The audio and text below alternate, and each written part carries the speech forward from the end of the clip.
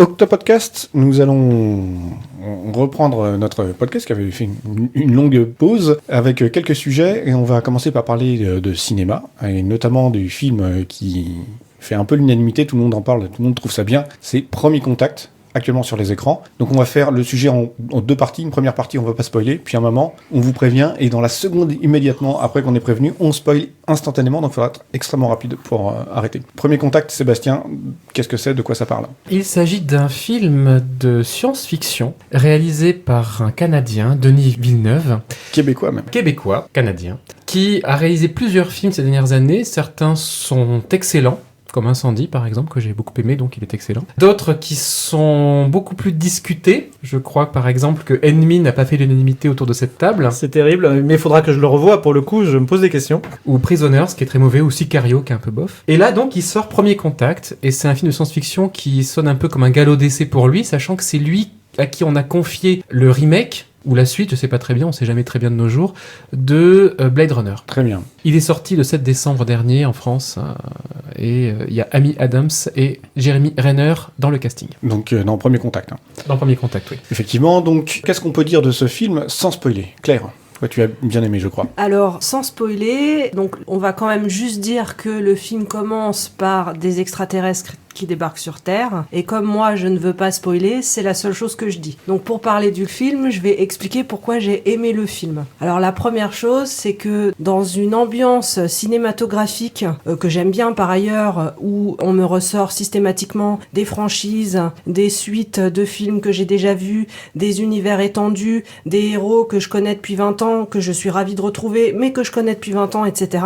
Ce film, déjà, pour moi, c'est une grande bouffée d'oxygène parce que c'est nouveau. C'est juste nouveau. Voilà. C'est un film qui n'a évoqué aucune référence spécifique dans ma tête. Ça, c'était vraiment un nouvel univers, un nouvel imaginaire, de nouveaux personnages, que ce soit visuellement, que ce soit dans les thèmes abordés, c'est nouveau. Et ça fait du bien. C'est de l'imagination fraîche. Voilà. C'est pas de l'imagination que je suis ravie de retrouver, mais que je connais déjà par cœur. Donc ça, déjà, c'est pour moi une grande source d'enthousiasme. Il y avait quand même un vieux film avec Jodie Foster qui s'appelait Contact. Alors, c'est pas tout à fait le même truc, mais on est quand même dans le cadre avec des extraterrestres qui doivent prendre contact et où on a du mal à communiquer avec, ou encore plus récemment le machin où ils partent dans l'espace pour aller sur notre planète parce que la Terre est en train de mourir, où on est un petit peu dans ce cadre-là aussi. Avatar ?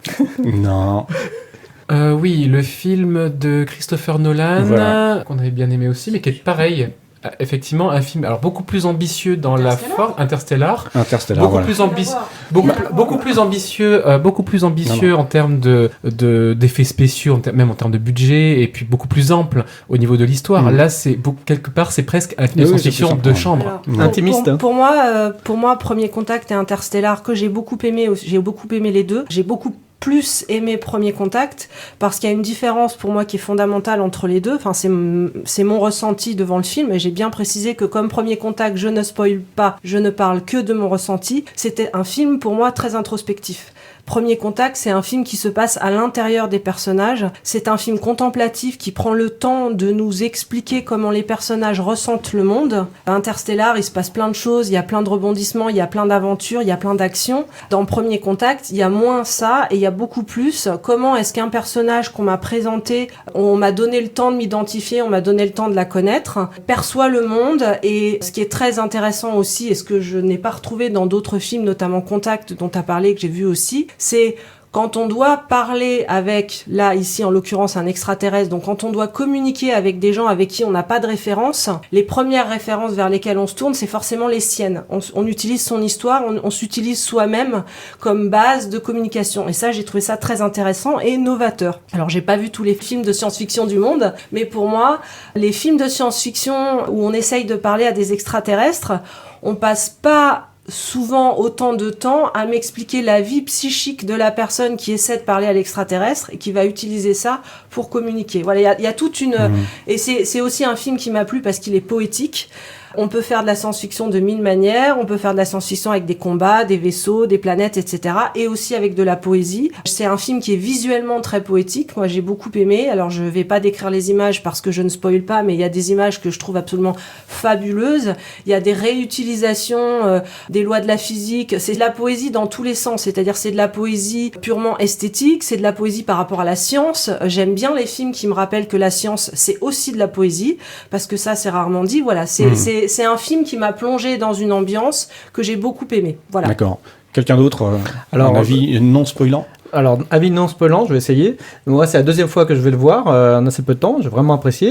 Petite larme, parce que j'ai une petite larme, ça marche bien. Et c'est l'environnement sonore. L'environnement sonore, vraiment, je l'ai trouvé original, carrément super original. Et pour le coup, vraiment, je me suis senti plongé dans le film par cela, attiré, pris dedans. C'est un film vraiment chiadé. À tous les niveaux, on sent que le réalisateur, dans les choix sonores, je te rejoins, dans le choix de la musique, dans le choix de ce qui est montré, fait des choix très osés et très tranchés. Contrairement à la bouillie visuelle qu'on nous sert régulièrement au cinéma, surtout en science-fiction, dans le space opéra, il ose des choses qui sont presque d'avant-garde. Le fait que, pendant pratiquement tout le film, et je ne spoil toujours pas, ce soit filmé dans une semi-pénombre, que parfois ce soit même compliqué de voir les choses, c'est pesant, mais ça crée cette atmosphère justement un petit peu presque oppressante, et ça permet aussi l'introspection. Également, le fait que les scènes sont lentes, longues, on prend enfin la peine de laisser durer une scène pour que s'installe une atmosphère. On ne zappe pas d'une punchline à une autre pour un moment que le spectateur ne s'ennuie pas. C'est un film, il faut savoir, qui prend le risque d'ennuyer les gens qui s'attendent à du spectaculaire et qui recherchent juste du divertissement. Mais je t'arrête, hein, c'est spectaculaire quand même. Tout à fait, parce que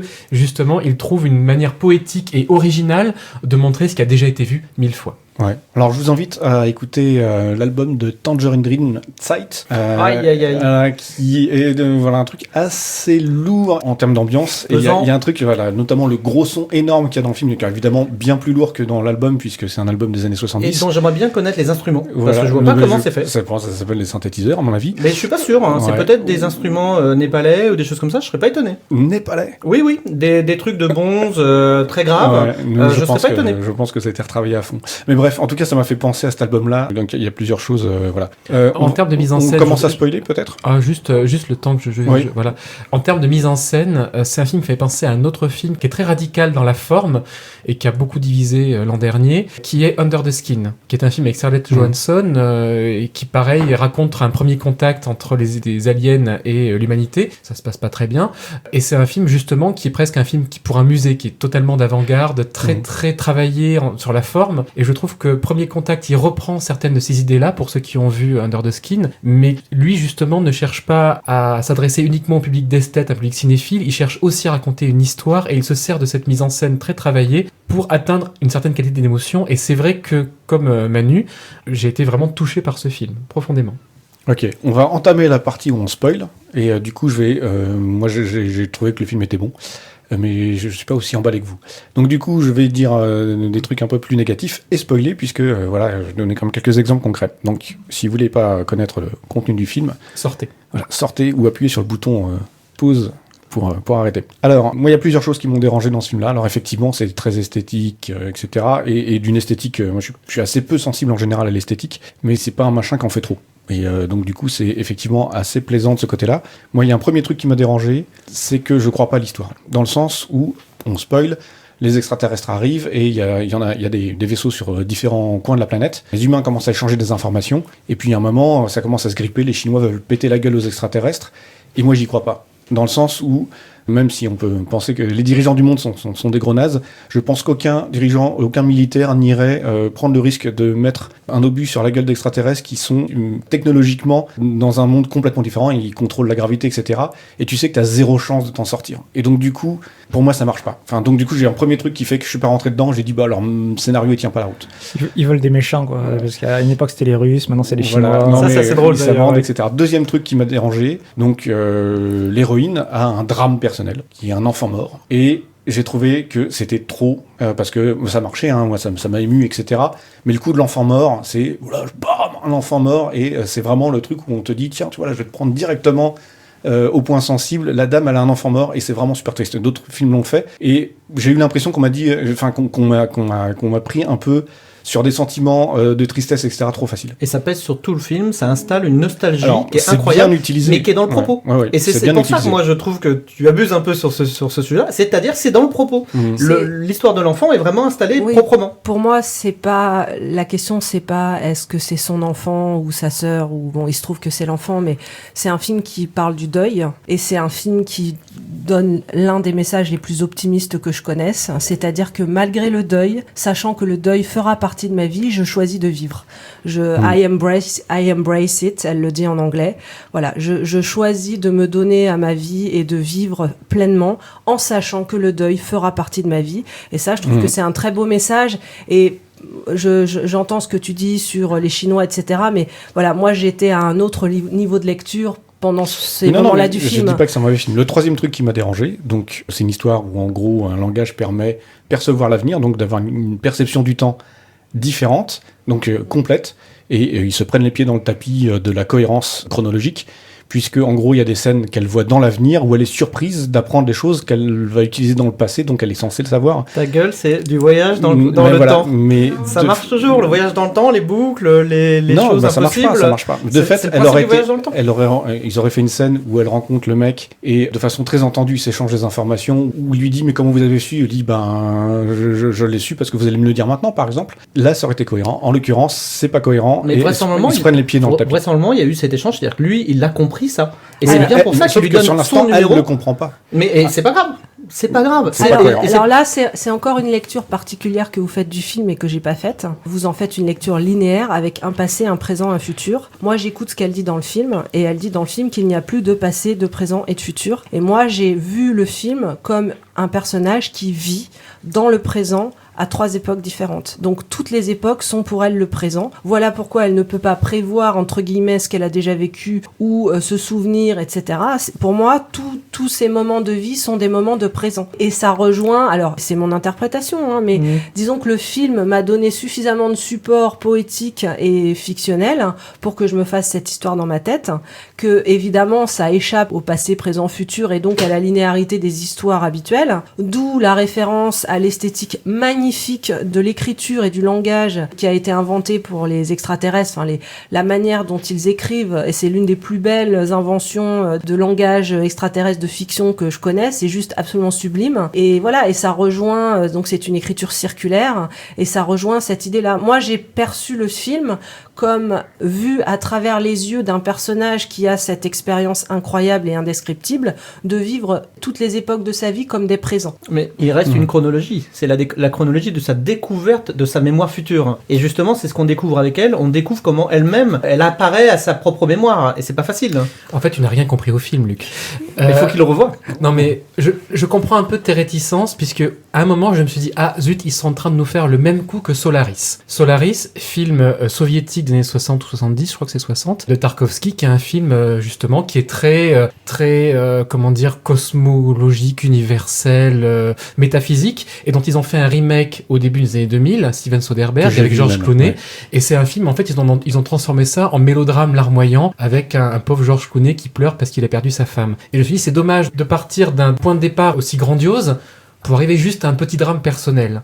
Et c'est pour ça qu'au départ, je me suis dit, est-ce qu'ils sont pas en train de faire la même erreur avec Premier Contact ? Et je trouve qu'ils s'en sortent justement parce qu'ils transforment ce drame personnel et ce mélodrame justement intime en quelque chose d'universel. Ils font l'inverse de ce que faisait Soderbergh dans Solaris. Oui, non, mais je dis pas que c'est un mauvais film, du tout. Mais c'est juste que, pour moi, c'est plus une œuvre de virtuose que vraiment un film dans lequel je suis rentré. C'est-à-dire que j'ai bien compris le truc et j'ai trouvé que il y a plein de choses qui sont très bien faites, bien pensées. Mais comme déjà j'ai pas adhéré à l'histoire de base, voilà, pour moi c'est la virtuosité. Et il manque le truc qui fait que ce sera vraiment un grand film pour moi. Alors le truc, c'est que dès lors qu'il y a une certaine qualité d'émotion qui est que tu ressens ou que d'autres personnes ressentent, est-ce qu'on peut dire que c'est virtuose ? La virtuosité, c'est quelque chose sans âme. Comment dire ? C'est pas un exercice de style, dans le sens où c'est pas quelque chose qui est là pour t'en mettre plein la vue, au contraire, c'est là pour te faire ressentir des choses. Non, mais ça peut être virtuose au niveau de l'histoire, ou de la façon de la construire, ou de la façon de, justement, pousser les idées que t'as, etc., tout ce que Claire expliquait, que je partage complètement, effectivement, c'est le truc vachement bien. Mais, à partir du moment où on rentre pas dans l'histoire, c'est-à-dire que je crois pas j'arrive pas à croire à rentrer dans la logique de l'univers, puisque c'est une démarche extrêmement réaliste, du coup, je me dis, mais en gros, ils te font un contexte général qui va servir un propos, mais qui va le servir de façon purement fonctionnelle et non pas sur quelque chose qui vivrait, qui vivrait pour lui-même, en fait.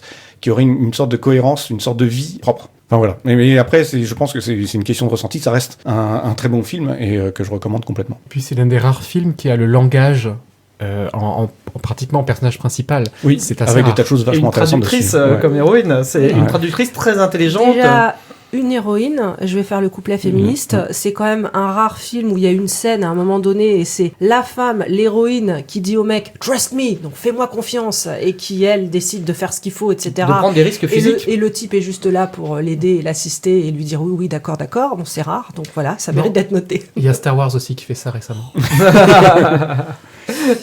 Et l'actrice se débrouille pas trop mal, univers nostalgique, elle arrive à le porter. Mais c'est lourd. Bien, oui, non, je comprends ce que tu dis, Luc, c'est-à-dire que de toute façon aucune œuvre ne peut parler à absolument tout le monde, et effectivement si on reste à la porte de celle-là, on va pas percevoir les choses de la même manière. Moi c'est vrai qu'il se trouve que par rapport à mon expérience et mes références personnelles, c'est un film qui m'a ouvert plein de portes, et donc j'ai pu greffer moi plein de choses et m'identifier et rentrer dans le film. Je comprends tout à fait que tout le monde puisse pas forcément n'ait pas forcément les mêmes portes d'accès à toutes les œuvres. Je trouve que c'est une sacrée claque par rapport à Contact, hein, avec Jodie Foster, où là c'était très technoscience, on va parler avec vraiment des outils, de la mathématique et tout ça, et là ils font des références à ça, mais ils se prennent une claque les mathématiciens dans le film, et ils leur envoient des nombres premiers, les gars ils leur envoient des nombres premiers, et ils comprennent rien, et c'est incompréhensible, et il faut passer par la langue et vraiment la traduction, quoi. Et ça, c'était pas mal, original. On conclut sur ce sujet ?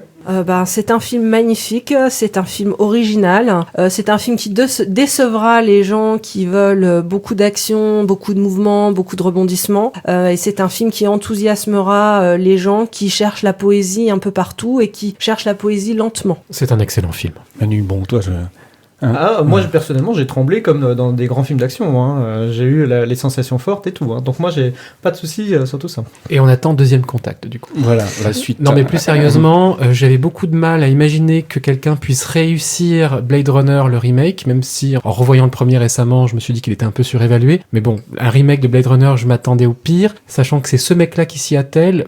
Il y a des chances que ce soit pas totalement raté. En même temps, sur la liste que tu as fait, il y a plus de la moitié de ces films qui sont pas bons. Mais, Donc peut-être que Premier Contact est un accident heureux dans une carrière catastrophique. Ou alors c'est lui du futur qui lui a soufflé comment faire des bons films. Très bien, on s'arrête là-dessus et on va prendre un deuxième sujet.